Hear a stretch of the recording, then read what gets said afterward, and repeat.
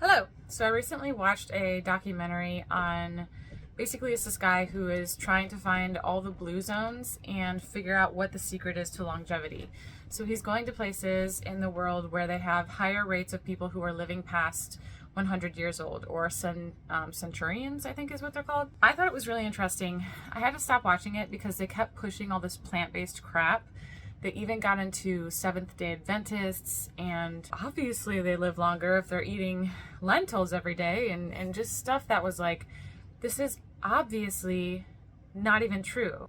So I just turned it off because it was annoying, but I did take away a lot of cool stuff from it. So I wrote down some of the things that stood out to me. One of the first things is laughter.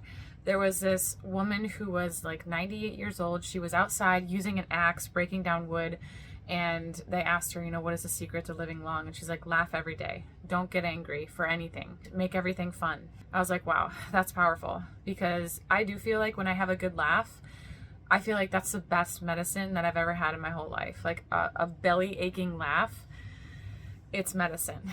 And if you've had that, you know what I mean. I also think that no anger is really difficult for us to attain, but I am certain that that would give you chances of living longer for sure. What stress does to the body is it just ages us, literally ages us. And so just becoming more resilient to stress and anger are huge things to take away from that. Not letting things get under your skin and learning how to respond instead of react. I think that's really, really powerful. Another major one for almost all of these groups, I think all of them, was community. They take care of their elderly. There was one woman who was single for her whole life. She had no children of her own, but she had a whole group of women who basically took care of her like she was their mother. And they just took turns visiting and staying with her every day, going for walks with her, cooking for her, eating with her. It was just incredible to see that this community gathered around this woman who didn't have family of her own. And she was the longest living woman in that area. Community is huge. Humans are made for each other. We are not made for isolation. We do not thrive in isolation. And that is a huge thing that I bring into my coaching, because usually when you're sick or you're going through something really hard with your health, or even just healing from trauma, whether that be mental, emotional, whatever, or physical, we tend to isolate. You are afraid to go to restaurants, and a lot of people go out to eat. That's just what people do to socialize. You don't want to go to a party because you want to go to bed instead of being up at 11 o'clock at night or whatever. I totally get it, because I still draw boundaries. I remember I joined the worship team for a young adults group that I was going to, and that was a big deal for me because I didn't get home until about 10:40 at night, and I got there early to practice worship, but I really felt like God was calling me to sing. And so it was really cool to do that, but it took me a while to get to the place where I even was ready to volunteer, because I know my limits. And I waited at least a year into my healing to do that, because before that I was in bed at at least by 8 o'clock, but sometimes earlier. That's a huge reason why I naturally wake up at 5 in the morning. Before I got pregnant, I would wake up at 4:30 with tons of energy. I still have great energy in the morning. I'm so grateful for that. And it's because I prioritize my sleep. Sleep is so important. So anyways, I got carried away there. So community. A lot of people do things that don't really align with your health care, your routine, or your nutrition, or just things you believe in or trying to do. And it's important to make an effort beyond that. Maybe you don't go out partying, but you do go out to coffee with someone and you get herbal tea instead because you're not drinking coffee. Maybe you invite someone over and you make them a meal in the middle of the day, or you have breakfast with someone, or you go out walking. I love walking. There are enough people who like walking, especially in the fall. Go to a nature park and hike with someone. That is awesome. But I think that was the top one, was community. There's another top one that I will get to for me.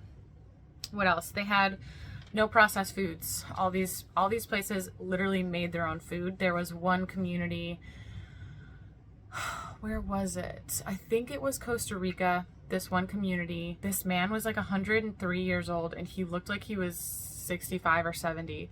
He worked every day for his life. His whole life he was still working, not retired. I asked him, how much money do you have in the bank? And he said, we don't have any money in the bank. If we don't work, then we just don't buy things. And when we work, we treat ourselves. And the point was that there was a long season that these people lived where they were just in poverty and they didn't buy anything. They made all of their own food. They grew their own food. They made their own food. And that really stood out to me. Hard work is, I believe that we are created to work. Hard work comes with a bad rap. You know, people hear hard work and they think, oh, you're just, grinding yourself into the floor and you're overworked and you're stressed out and you don't have time to unwind. That's not what I mean by hard work. I mean that we are created to work hard, and it's really rewarding. It feels really good to be productive and to do things and to chase a goal and to reach a goal. When we actually are seeking and working towards a goal, that is what raises dopamine. Dopamine goes up while we're reaching the goal, not when we have reached it. And so that's why a lot of people love making to-do lists, and it feels so good to be doing the thing. I feel good right now because I'm making a video and I haven't made videos for a while. I just can imagine the benefits of these people at one point being forced to work for everything because they had to, but they continue to do so even when they're not in poverty. And that's a beautiful thing. Another thing that was very common is that they all have gardens. And so gardening is a daily thing. You go out and you tend to your garden. You pull the weeds. I have a little garden box and it's still a daily thing. I water it every day. I rake it every day. Make sure that the water can get into the soil. And it's just, for a lot of these people, it's bending down and squatting. That's exercise. It might not be high intensity. It's low intensity exercise, but it's steady state. And it's something that they're doing constantly. They're constantly moving. These people are making their own tortillas, and they're sitting there grinding whatever it is, this corn into these tortillas. And like, this woman was like 90 years old and her arms were ripped. Her arms were so nice because she does this every day or every other day. And I just think it's so powerful to see that these little things can make such a big impact on the rest of your life. And so we, as a society, live much more sedentary lifestyles than we should be. It's a fact, and everyone knows it. This is why we have standing desks, and this is why we try to walk on our lunch break, and I think that's great. And I think that I'm very grateful for the people who have desk jobs, who do have to sit all day. But I also want to share, please be sure you are making time to move around. And I had a stand-up desk when I worked from home in real estate for a time. My dad and I built my stand-up desk. And I had this yoga ball to sit on if I needed, but I always stood.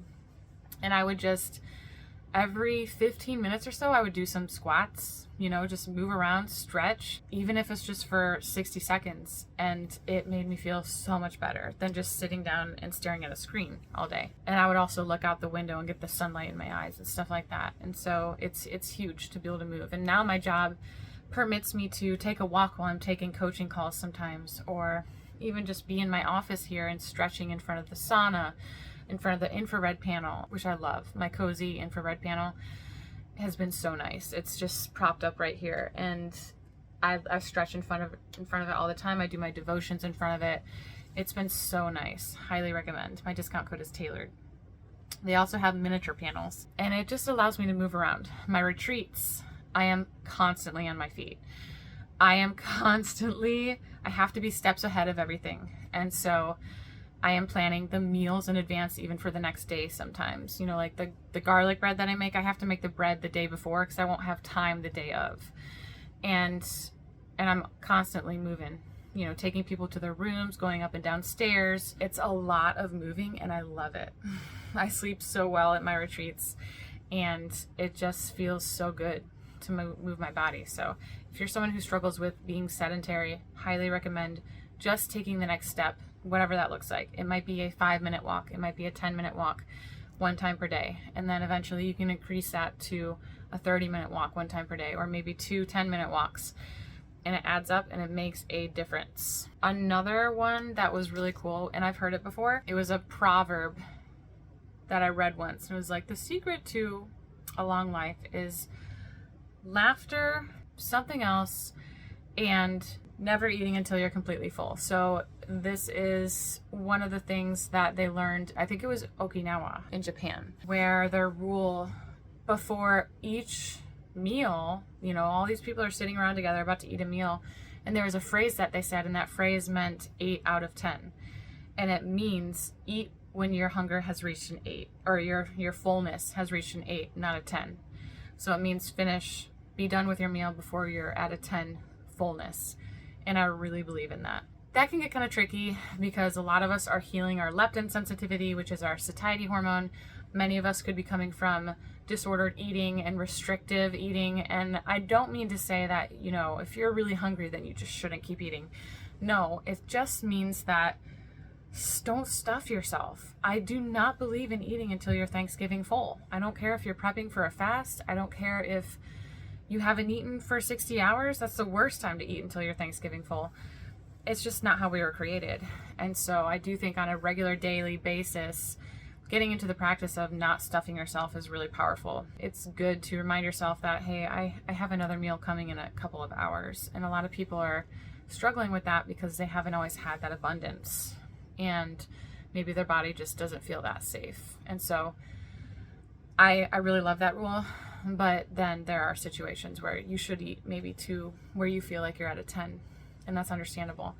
But don't stuff yourself. And the last one that stood out to me is called Ikigai. Ikigai basically is about having meaning, having purpose. And there was another phrase for it in a completely different area of the world, and it meant the same thing as Ikigai. Same concept, which is, I know my purpose. And so these people have a reason to wake up and get up every day. And that changed my life. When I became a health coach and God healed me, and I knew that I was going to spend the rest of my life helping other people go through this and walking alongside them and showing them, like, your body can heal. Your body wants to thrive. That's my Ikigai. That's my purpose. And it is why I wake up every morning. And it just drives me. I love to do it. I get so much satisfaction out of doing what God has called me to do. And so for anyone who is struggling with purpose or meaning, I promise that you were created with purpose. Promise. Because it's in the Word of God. And everything in that Word of God is true. God has a plan for you, and there's a purpose. And if you are going through a dark season right now, know that He will take that and turn it for good. And that will become your purpose, at least for someone. That's what God intends. That was the one that stood out to me the most, is that these literal statistics, like, this is science-based, these people who are living beyond 100 years old and who are thriving at 100 years old, one of the main concepts is having purpose and meaning, having community, laughing, being less stressed, you know, less electronics, and less super conveniences. You know, these places don't have fast food restaurants, none of them. And I think that's really powerful too. So I just wanted to share this because I learned a lot, and it's just good reminders for me. I hope that this helps someone else. I am a health coach and a life coach, and this was more of a life coach video, but I think it was powerful and it plays into your health for sure. Hi you guys, so my fall retreat is more than halfway booked. I know that you guys may have already heard of it. We're gonna have a dream team of special guests. We have Ken Berry, Maria Emmerich, Kelly Hogan, Neisha Berry, and Lisa Wiedemann. So we're all gonna be together. This is gonna be invaluable fellowship, breakthroughs, learning, eating the highest quality, best, most delicious meats like Billy Doe meats, North Star bison. I'm gonna be making my carnivore treats, carnivore brownies, carnivore carrot cake, carnivore ice cream. And then of course we'll have Maria with us, so she's gonna do some cooking with us. It's gonna be so awesome. For those of you who don't do sweeteners, we will be with Emily Harveau and Kelly Hogan as well. They don't do sweeteners. Lisa doesn't do sweeteners, so we're gonna have options for everyone. It's just going to be absolutely incredible. So we're in Pigeon Forge, Tennessee, October 11th through 16th. This is when the fall colors are peaking. The weather is phenomenal. If you're interested, please email me directly at rebekah@tailoredketo.health. I'll send you the information. I'll send you an invoice when you're ready to pay. The only way to reserve your spot is with payment, and then you'll be locked in. I hope to see you there.